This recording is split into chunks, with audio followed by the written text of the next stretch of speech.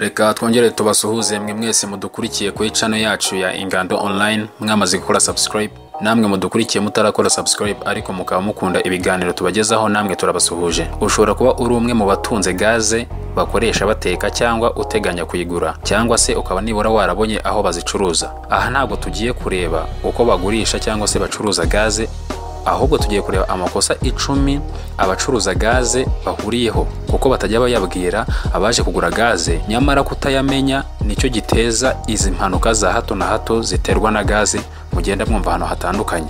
Gutekesha gaze ni ibintu byiza muri rusange, uretse ko iteka vuba, kuyikoresha ni no kurengera ibidukikije, cyane cyane amashyamba ndetse n'ikirere. Tekereza ku mashyamba yatemwaga yeze cyangwa ateze, bakayatema kugira ngo hatekerwe abanyeshuri, abagororwa, mu ngando z'abantu benshi, mu maresitora, iwacu mu ngo ndetse n'ahandi. Ibi byose byagiraga ingaruka zikomeye ku kirere.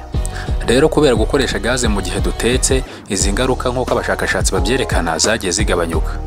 Gaze ikoreshejwe neza n'ibyiza byayo ntibigereranwa, ariko nanone iyo ikoreshejwe nabi ishobora guteza impanuka zikomeye zirimo nk'urupfu cyangwa se gukomereka, nabyo bikomeye cyane. Dore rero amakosa 10 abakoresha gaze bahuriraho kandi ashobora guteza impanuka zikomeye.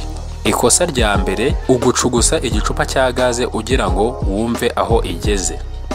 Ubundi gucugusa igicupa cya gaze ntago ari ibintu byiza, kuko kuyicugusa bishobora gutiza umurindi cyangwa se bigatiza imbaraga gaze irimo imbere, mu gihe yaba ihuye n'ikintu gituma iturika, igaturikana ubukana buri ku rwego rwo hejuru kuruta ubwo yakabaye iturikanwa mu gihe waba utayicugushije.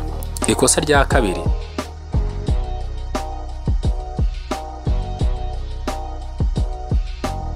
kutereka abo mu rugo cyangwa se abo mu bana uko gaze ikoreshwa. Abantu benshi kubera kwekonomiza cyangwa se kwanga yuko gaze ikoreshwa nabi, ariko atari ugukoreshwa nabi mu bundi buryo, ahubwo ari ukugira ngo itazashira vuba, babwira abo mu rugo yuko batagomba gukoresha gaze igihe badahari. Icyo gihe ugasanga gaze bayisize aho ngaho, ariko abo babana mu rugo nta numwe bigeze bereka uko bayikoresha. Noneho murabizi yuko abantu twese tugira amatsiko yo gukoresha ikintu tubonye gishyashya, kabone nubwo twaba tutagifiteho ubumenyi buhagije. Ubwo noneho wagenda abusize mu rugo bagatangira kugerageza gukoresha gaze nk'uko babonye uyikoresha, nyamara bo nta bumenyi buhagije baba bafiteho. Icyo gihe ni kwa kundi ashobora kuyicana, yabona itatse kubera yuko ari kubikora ameze nkaho atabyemerewe, akaba yasohoka hanze akagaruka yibagiwe yuko yahoze ari kwicana, kuko nyine nta muriro aba ari kubona. Ariko kuba atabona umuriro ntago bivuze yuko gaze itari kuzamuka. Icyo gihe nakora akantu runaka gashobora kuzana igishashi, twavuga nko gucana umwambi cyangwa se kugira ibikoresho muri electronique acomeka, bishobora gutanga igishashi kirahita gicana ya gaze yasakaye mu nzu aho ngaho. Icyo gihe bikaba biteje inkongi y'umuriro.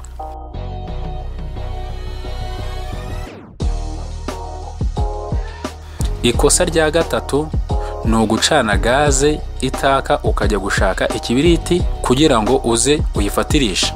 Hari abantu bafata gaze nkaho ari nk'imbabura, ugasanga aragiye arakase aracanye, hanyuma agasohoka akajya gushaka ikibiriti, yarangiza akaza karasa. Ahangaha turabibutsa yuko iriya gaze nubwo iri gucugusa igicupa wumva imeze nk'amazi, ubundi iri mu cyongereza bita volatile. Produit iri volatile mu cyongereza twatanga nk'urugero nka essence, ni ya produit ushobora gushyira hasi cyangwa se cya kintu runaka ubona kimeze nk'amazi ushobora gushyira hariya, ariko kikagenda kiyevapora hanyuma ukaza kukibura nyuma y'igihe runaka. Rero na gaze niko iteye, nubwo iyo ucugushije kiriya gicupa cya gaze uba wumva bimeze nk'aho mo imbere harimo amazi, hariya ntago ari amazi aba arimo. Urugero uzarebe nka kiriya kibiriti bita icya brique, ikibiriti cya brique, iyo ukireba ukakinyeganyeza ubona mo imbere bisa nkaho arimo amazi, nyamara nk'iyo ugikubise hasi ugira ngo ukimene nta n'igitonyanga na kimwe ubona. Rero aho ngaho ni nako ku gicupa cya gaze bimeze. Iyo ufunguye iyo itangira kuzamuka, ariko ntubuyireba, ikuzura mu nzu aho ngaho. Hanyuma iyo uzanye ikibiriti ugacana, aho kugira ngo hake yandi iri mu gicupa hahita haka ya yindi yuzuye mu nzu. Icyo gihe nabwo ukabuteje inkongi y'umuriro. Ikosa rya kane, gufungura gaze nyinshi ushaka ko ibiryo bishya vuba.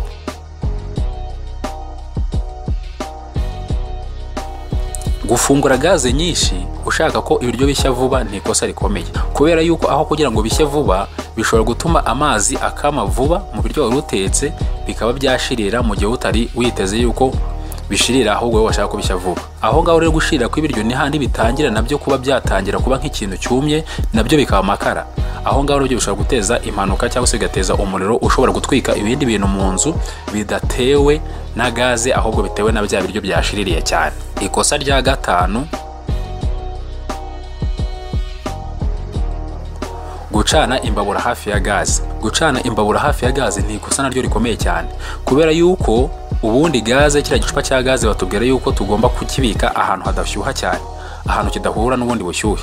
Noneho kuvuga ngo umunsi uyu nguyu n'uyu ntabwo we wakoresheje gaze ahubwo uraza guteka ku mbabura, noneho warangiza ugafata cya gicupa cya gaze gihagaritse hariya, nawe ufashe imbabura ushyize uruhande rwacyo, wenda kuko ari mu gikoni ariho ukorera, ugatangira kuhafatisha imbabura ndetse ukanahatekera.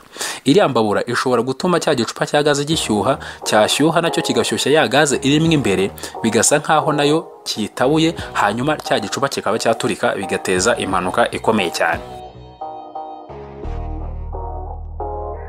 Ikosa rya gatandatu ni ukubika igicupa cya gaze gitambitse. Ubundi amabwiriza avuga yuko igicupa cya gaze kigomba kubikwa gihagaze iyo kirimo gaze, ariko iyo kibitse gitambitse hari uwagishyize muri pozisiyo itariyo, bivuze ngo ntago uba wakibitse mu buryo gikoreshwa. Ibyo ngibyo nabyo ubwabyo bishobora guteza impanuka ikomeye.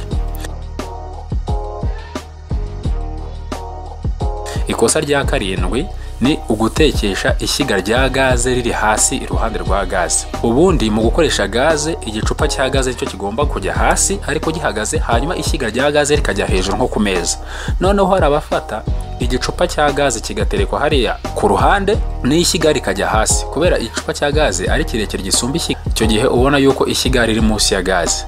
Ahangaha nanone umuriro uturuka kuri rya shyiga rya gaze utetseho nawe ushobora kuza gushyushya cya gicupa, ugatera ubushyuhe cya gicupa, byarangiza nabyo bigatera ubushyuhe muri ya gaze irimo imbere, nabyo bikaba byatera inkongi y'umuriro cyangwa se guturika kw'icyo gicupa, kubera ubushyuhe burimo imbere bwaruse uburi hanze.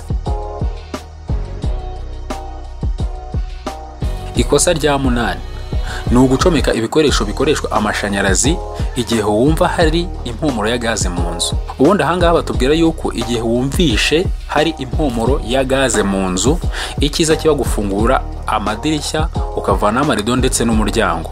Hari umuntu wumva iyo mpumuro ya gaze iri mu nzu, aho kugira ngo ibyo akora ibyo ngibyo akavuga ati ahubwo wenda ikibujijwe nuko ntari buze gutekesha iyi gaze, akajya mu nzu agafungaho, yarangiza akaba yagenda agacomeka nka radio, agacomeka telefone muri prize. Nyamara uzitegereze neza, iyo ucomeka muri prize hari igihe ubwacyo insinga zishobora kuba zidafunzemo neza, none wacomeka hakaba havamo nk'igishashi, icyo gishashi gishobora guhita gitwika ya gaze iri mu nzu yasakaye mu zimwe iri guhumura, bigateza inkongi y'umuriro. Rero ntabwo ari byiza igihe wumvishije yuko hari impumuro ya gaze iri mu nzu kuba wagira igikoresho kiri electronique ucomeka. Icyiza ni ugufungura amadirishya n'imiryango ukavanaho amarido kugira ngo uwo mwuka cyangwa se iyo gaze uri kumva isohoke.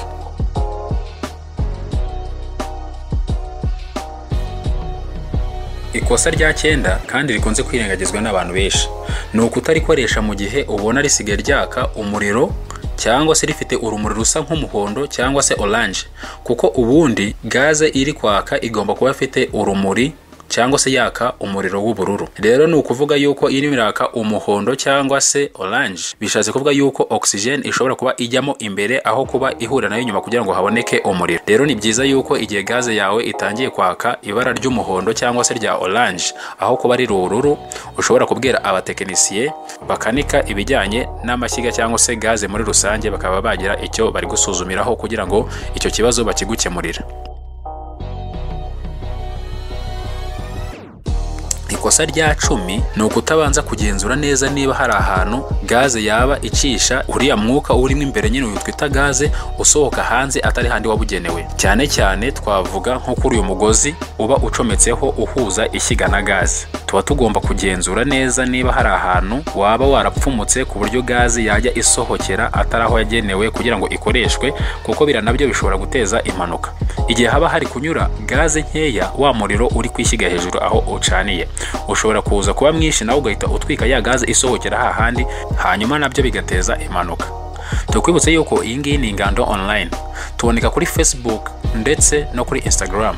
Mu gihe waba ushaka kubona ibi biganiro byacu mu buryo bwanditse, ushobora kujya ku rukuta rwacu rwa Facebook ugashakisha page ya Ingando Online, hanyuma ugakora like.